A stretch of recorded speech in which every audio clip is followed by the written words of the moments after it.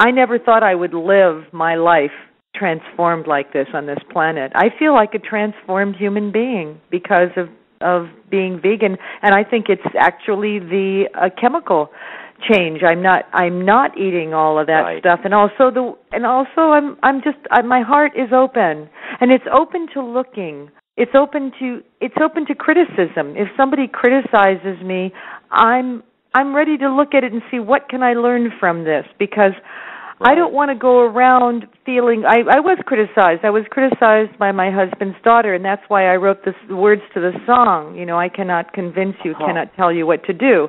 I was criticized by her. Just even mentioning being vegan to her was she felt it to be a criticism. So how do you? I know you, 34 years a vegan activist. Me, a few years of vegan activist, but I've come up against it. How do you get around? I mean, I don't want to be perceived as being judgmental, even though there's a part of me that does judge. I mean, if Hitler were doing what Hitler did in the Second World War right now, I would be judging that. And I would say I can't abide by that. That is not going to work. If the French underground, if the Americans didn't come in, if the people didn't come in and put a stop to it, Hitler would be running the world today. So this is how I feel about what's happening with the animal agriculture and the way things are going and the way our planet is being ruined. I am judging it. I am judging it, but I don't want to come across as being judgmental. And a question was asked to me, and I really respect the person who asked it.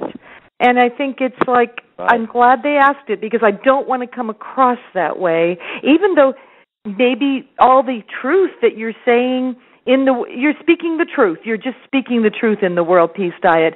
One person could pick it up and look at it and say, "Wow, he's really judging what's going on here." Well, you're just speaking the truth and saying it like it is. What do you have to say to that, Will? I think there's actually quite a bit to say, but briefly, we don't want to judge people. I think that's really part of the programming of being born into a society that's essentially materialistic and competitive and separatistic. When we are born into a culture where people eat a lot of meat and dairy, we're born into a society where people are disconnected from really a deep sense of self-esteem and self-confidence and self-respect, because we're doing things every day that we actually feel ashamed of.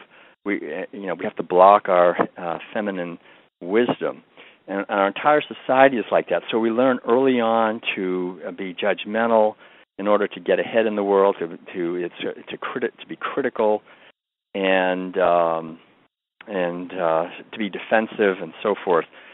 And so this is part of the problem. And even when we go vegan, we very often will still have these same habit patterns in our mind continuing on.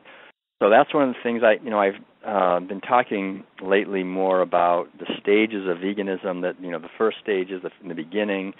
You go vegan maybe for see a terrible video about animal violence, or you hear about the wonderful health benefits of a plant-based diet, so go vegan. That's the shallow vegan stage, and we're just learning. We don't know very much. Very often we blunder all over the place, eat foods that aren't good. We don't know really why. A lot of things are the way they are. And a lot of people, unfortunately, never get beyond the shallow stage. They end up going back to eating some meat and dairy again, because the resistance from their families are so strong, and people say, "Oh, you're being judgmental," and they feel hurt, and they don't want to be judgmental, so they go back to eating a little meat and dairy or whatever. So a lot of people don't survive that first stage, and that stage can last, quite a long time, or it can be relatively short. But either way, that's one of the reasons I wrote the World Peace Diet, was to help shed light on this and help people get beyond the shallow stage. The second stage is sort of a stage where we understand things better, but very often we get angry. And we feel very often alienated and alone, because all of our, most of our friends and family are probably not vegan. So, and food and eating and meals are such a social, powerful way of bonding that now we feel somewhat cut off, and we feel perhaps not respected. Plus, we can get angry because we share from our hearts with people about the benefits to not only to their own health, but to animals and wildlife and hungry people and the earth and so forth. And they maybe listen to what we say, and then they still eat meat. They don't change. And so we can get angry with them. We can think, and then we can judge them. We think, well, they're just, what, these people just don't care. They're they're just and then so then they pick up on that and they feel like they're being judged. And that very often makes it even worse, because when people feel judged, they tend to contract, and it tends to get polarizing, and there's this basic sense that, I'm the vegan, I'm right, I understand this, and you're not the vegan, you're wrong. And people don't like to feel that they're with someone who's always making them wrong. And so that is not effective vegan advocacy, really, because we're still sort of in the angry vegan stage. And there's a lot of people in that stage, unfortunately. There's another stage that's part of that, which I call the closet vegan stage, which is sort of the polar opposite, where we just don't talk about it anymore. It's too painful. We just tell people we don't even tell people we're vegan, or we just say, well, I'm a vegan, but just leave me alone. Don't criticize me, or I'll just get this. And so we try not to rock the boat at all. But what we, I think, should be striving for is to get to the more evolved stages of veganism, where we understand better our society and what veganism actually is, that it's an ancient spiritual teaching that's really rooted in our own being. It's nothing exotic. It's just our true nature to see beings when we see beings, and it's nothing to hide. It's nothing to, but it's also nothing to get angry at people about too, because I think when we really mature in the understanding of what veganism is, we realize that the best way to help people is to love them, have compassion for the situation that they're in, and to feel into the fact that they're wounded, and people are wounded growing up in our society. Our society wounds little children terribly through abusive remarks and bullying and forcing them to eat flesh of secretions of terribly treated animals, and all of this is a heavy weight on children. It really we don't realize it, but from just the way we do birth, for gosh sakes, in many ways we do birth the way they do it on the animal agriculture. That's not your baby, that's my baby, and I'm going to take care of it how I want to. And we have this quite a lot of violence in the birth process, and then right after that, of course, we start giving little babies animal foods, and so this is a massive assault on the natural wisdom and intelligence and sensitivity of people. So it's no wonder that they aren't able to change, really. We shouldn't, add on to them anger and judgment, too, because they're already hurting.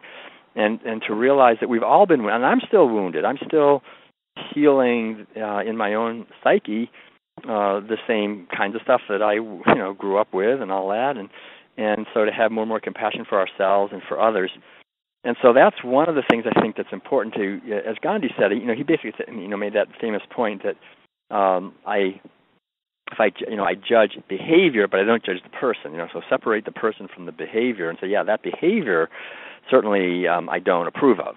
But you as a person, I love. And to always keep the people in our hearts. So that's one thing I think it's important to realize is that there are farther stages, and if we get to the third stage of deep veganism, where we become more understanding of the roots of our society and how deeply rooted this whole eating of animals actually is, then we come to a stage. But I think there's even stages beyond that, where besides just understanding all that and so forth, there come stages where we're simply embodying what veganism is. I think this is really the goal, I think, eventually, so that we convince not by arguments and words and all of that, but merely by our presence, that we actually are living and breathing what veganism is, which is simply love. It's love. It's universal, unconditional love for all beings, which is really our true nature, because we're all manifestations of the same life, and we're born into a society that sort of tries to shut that down and make us compete with each other for a limited amount of money and this and that. But the only way we're going to have a benevolent revolution, a real revolution of the society, is not by fighting and arguing. It's by people becoming aware, waking up, basically. So what I would say is, the most important thing really for us is wherever we are in our life is to move forward on this continuum as best we can, wherever we are. If we're still eating some animal foods, move to the point where we're not eating any animal foods and we're not buying, as best we can, products that contain leather and wool and silk and wax and all those kinds of things that cause direct suffering to animals. But don't stop there. A lot of people think, well, that's it. Now I'm vegan. I don't have to do anything else. That's really just the beginning of the journey. And now we're called to bring our entire life into alignment with these principles of nonviolence, of kindness, compassion, inclusivity. And so I think that's one main point. The other main point, just to kind of wrap this up, is that if someone says that they feel that you're being judgmental, for example, I think one good illustration is simply to say, well, okay, look, if I came up to a guy on the side of the road, say, who was just mercilessly beating a dog, say, or a horse, some animal, and I said to the person, please stop that, stop this abuse, and he would say, what? Why are you judging me? Don't judge me. And the response would be, what are you talking about? I'm not judging you. I'm just asking you to please stop hurting the horse or the dog. It's about the animal. It's not about you. And that's a very important point. When we're being vegans and expressing this, it's not about the people. It's about the animals. We have to always remember that. It's about the animals, not about the people. So we're not telling, when you ask somebody to consider going vegan, it's not like you're criticizing them. It's about the animals. It's about and also really I have to say about the hungry people and the whole web of violence that comes out of eating animal foods. And to always remember that, and you can, talk about that with people. It's not about you as a person. It's about the fact that we all have a right to ask others not to cause harm, not necessarily,